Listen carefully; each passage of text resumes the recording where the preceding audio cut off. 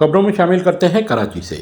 Karachi central police office میں منعقدہ ایک سادہ سی تقریب برائے تقسیم ایوارڈ و تربیت و اسناد کا انعقاد۔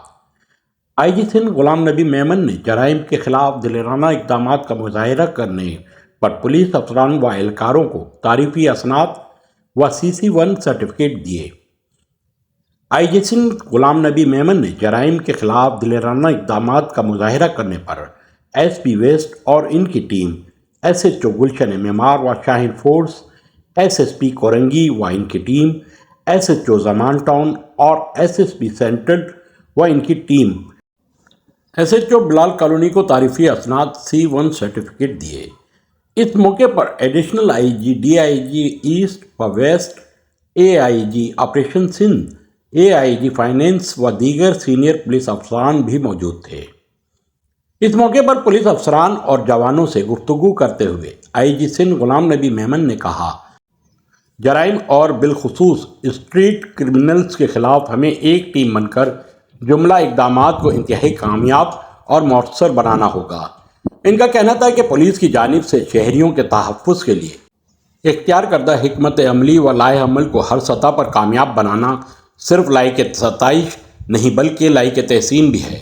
آج کی اس تقریب کا مقصد جرائم کے خلاف آپ لوگوں کی عمدہ کارکردگی کو سراہنا اور آپ کے عزم و حوصلوں کو مزید تقویت دینا ہے۔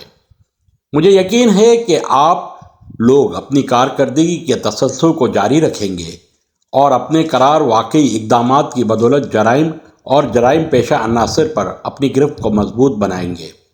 مختصر تفصیلات کے مطابق SSP ویسٹ، SHO گلشن معمار، ان کی ٹیم اور شاہین فورس کے جوانوں نے متعلقہ علاقے میں ہاؤس رابری کی واردات کو ناکام بنایا اور گھر میں یرغمال بنائی جانے والی خواتین کو بخیریت ڈاکوؤں کے چنگل سے نکالا۔